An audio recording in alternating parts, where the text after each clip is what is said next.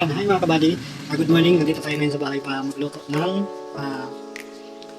tawag dyan, dynamite. Paborito ng Bicolano. Abangan nyo yan, maya magluto tayo ng dynamite. Sarap yun. Bye! Ang lulutuin po natin ngayon ay dynamite na may giniling na baboy. Papasukan natin itong giniling na baboy. Ito po yung giniling na baboy natin. Tapos ito po yung gagamitin natin dynamite. Sa dynamite natin na siling haba. Tapos ito po yung ingredients niya. Itong sibuyas, bawang. Tapos ito yung i-wrap natin, yung wrapper. Yan, pipisahin muna yung mga bawang. Yung sibuyas, hiwain. Tatanggalin ng balat. Yan. Hiwain, pipinuhin. Bawang, yung sibuyas.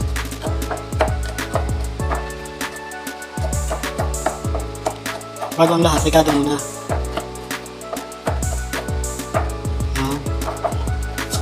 Sibuyas natin. Hiwain. Pagkatapos, dyan igigisa. Igigisa itong ground pork sa ating ricado.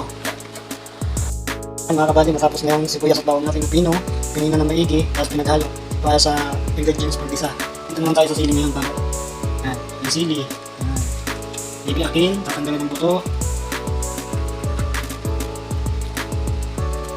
Yan, sili.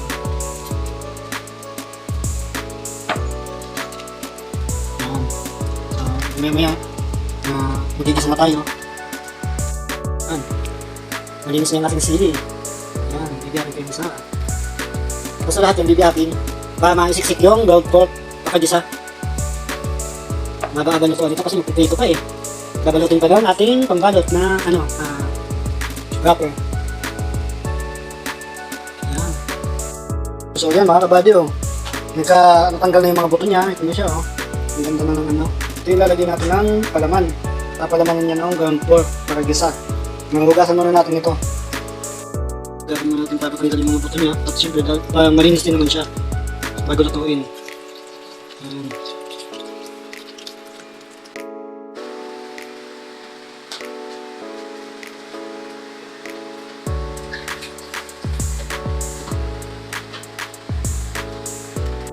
Mga kabady, magigisa na tayo. Naglalagay na ng mantika sa kawali. Papainitin na muna, papakuluin yung mantika. At para makapag-umpisa na tayo ng ating recipe. Ngayon mga kabady, maglalagay tayo ng sibuyas. Bawang yung tinatag kanina. Yung nilalagay natin dito sa kawali. Yan. Tapos gawin ng haluin. Antayin medyo maging brown siya. Lagyan ng mantika, kulang.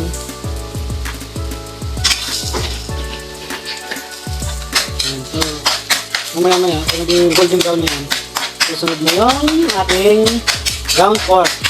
Igigisa natin siya dun sa ating sibuyas at bawang.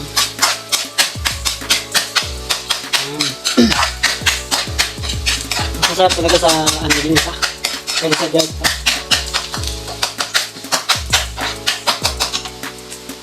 Pagka ginisa kasi, yung lasa ng bawang at sibuyas napupunta sa kain. Pagkagat mo, yung lasa nun, malalasahan mo masarap talaga kasi kompleto yung may kabi niya. Nanuot sa laman.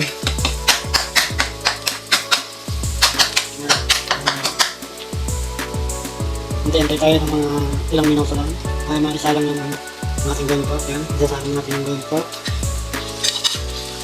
Haluin. Ito yung haluin. Bango. Agad pa lang, ulam na. Lalagyan ng asin. Magkalasa na siya. Katimplahan na. Paminta.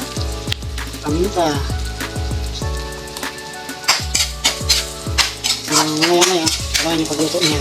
Papakita ko ulit pagluto na yan, papakita ko ulit sa inyo kasi ready kayo sa pagbalot natin mamaya. Lalagyan natin ng asukal. Yan, kunting asukal lang.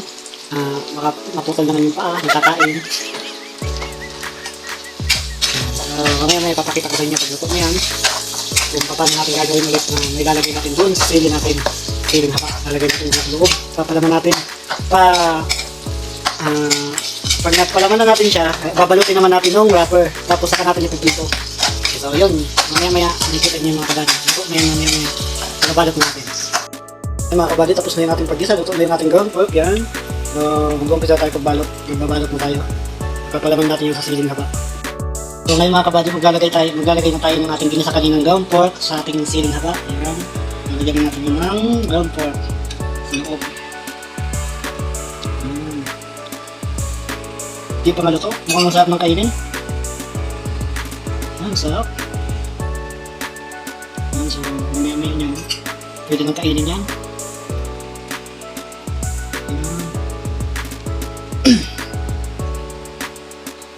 Mas maganda kasi yung mga kabady pagka mahaba yung sili mo, madami din ang may sasalang mong palaman. Kung maikli naman yung sili mo, maliit na kukunti din yung ilalagay mong palaman. Hindi mo ma-achieve yung sarap ng yung ginagawang dynamite. Pagka malaki kasi ang sili, tapos madaming palaman, napakasarap ng dynamite. So, ganyan, iharapin natin, harap. So, kasi nga po namin ito, matagal na itong binili kasi ngayon na namin na isipan gumawa ng dynamite. Kasi dapat ang gagawin namin yun, phone. Kaso, yun nga, hindi kami nakabili ng aming panggawa ng phone na saging, kaya ginawa namin dynamite na lang para ma-vlog pa. May video pa natin, may documentary kung paano gawin, kung paano yung proseso ng ginagawa sa kanya para maluto ng maging maganda, masarap. So yan mga kabady yung finished product niya. Yan siya. Kaya mga kabady, ito yung finished product natin ng ating dynamite. Yan. Nakakatakam. Bicolanos recipe. Dynamite. Ngayon, papainit na tayo ng mantika. Ipituin natin yung ating gagawing dynamite. Ito, kapampaman lang yung apoy niya. Hindi naman masunog yung ating lulutuin yung dynamite. So, yan mga kabady. Maya-maya na ito. Mukbangan na. So, yan mga kabady. Mainit na yung mantika natin. Atin ang nilalagay yung ating dynamite dito sa ating mantika. Isa lang, kaya niya siya.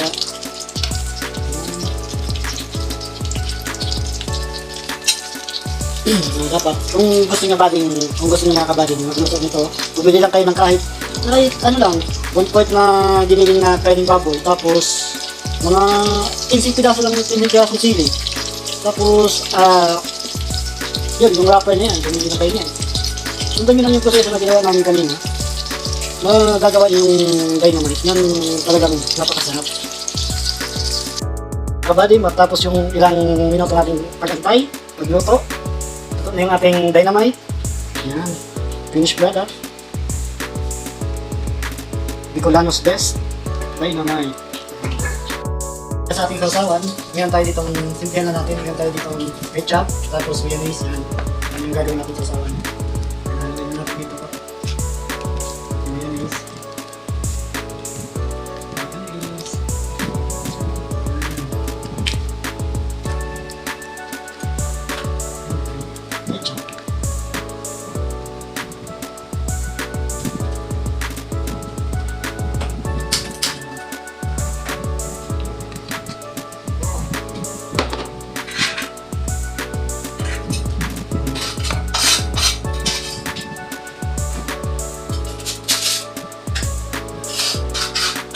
Haluin natin dito. Lumabas yun.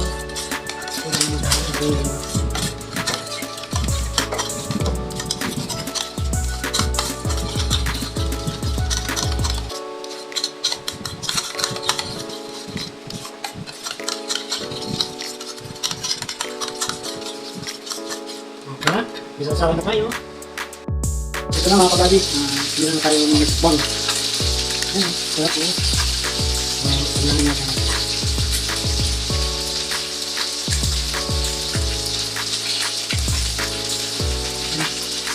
So, tingnan natin. Tingnan mga kabado. Crispy. Sarap. Masarap na natin. Just like. So, Hindi naman siya ayos lang. Kaya nakaano yung sili. Tapos kakalag yung medyo anghang na epekto ng sili. Yun. Kain tayo.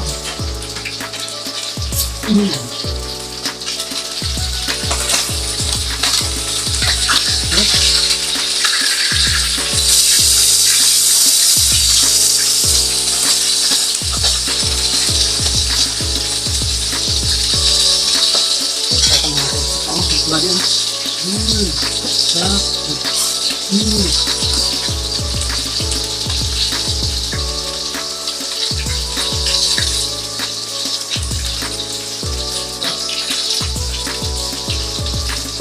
Mga bali na. Ito. Sarap.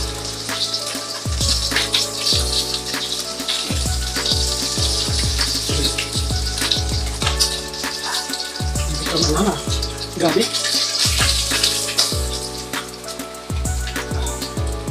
Ayos mga kabady.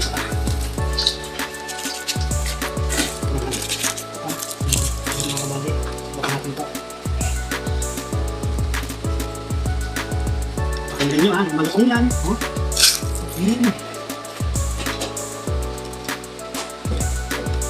Ayos. Sarap. Yan, so, para malaman nyo yung kung paano ito lutuin, panoorin nyo yung buong video, yung katapusan, nung makita nyo kung paano ito lutuin, at nung makagawa din kayo dito sa inyo. Kung naman lang ito, hindi mo kayo gagastos dito ng libo. Mga hundreds lang. At least, natikman nyo yung lutong ko lang. Oo, nakabado. Sarap.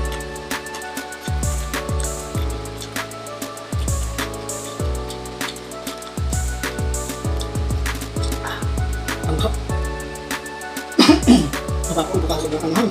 Grabe. Tumatalag ang lalamunan, naguhit. Oh.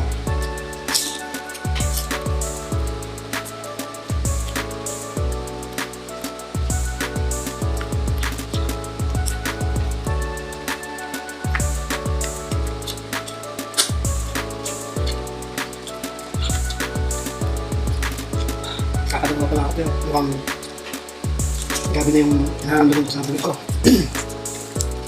Yung linuto natin last time, putok batok.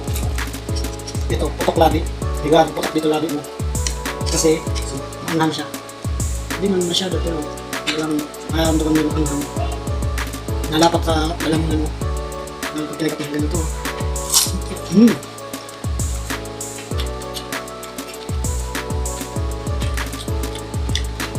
Ay, no. Yung sili ginamit dito, pulang-pula. Ayan o. Ayan. Sarap yung kabato. Ayan o. Kasi namin. Mga kabalit.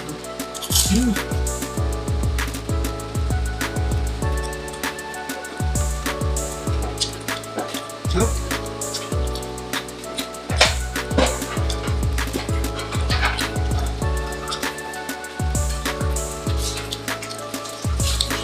Matatamsin yung mga kabady at nagpapawisan ako sa mga hamo. Pero ayos, masarap na para susubukan nyo itong gawin. Kung kayo mahilig sa manghang, try nyo ito. Dapat sa mula pa.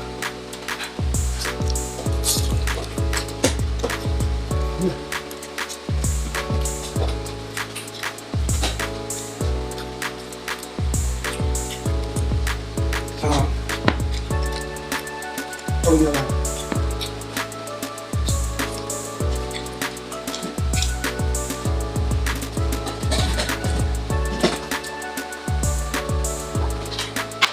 So hanggang doon na kabady. Hindi ko kaya mabusin kasi napaka-anhang pero napakasarap. So susunod natin video, abangan nyo kung ano naman natin maisipan na luto. Kaya sana subscribe nyo yung channel ko para makita nyo lagi yung mga niluto namin dito sa kusina ni Ate Luna. Ito nga po mga kabady, kung muna natin ito yung mga tao na nagsalikod ng ating camera. Sila na ang ubos nito. Hanggang dito lang, salamat, subscribe, bye-bye!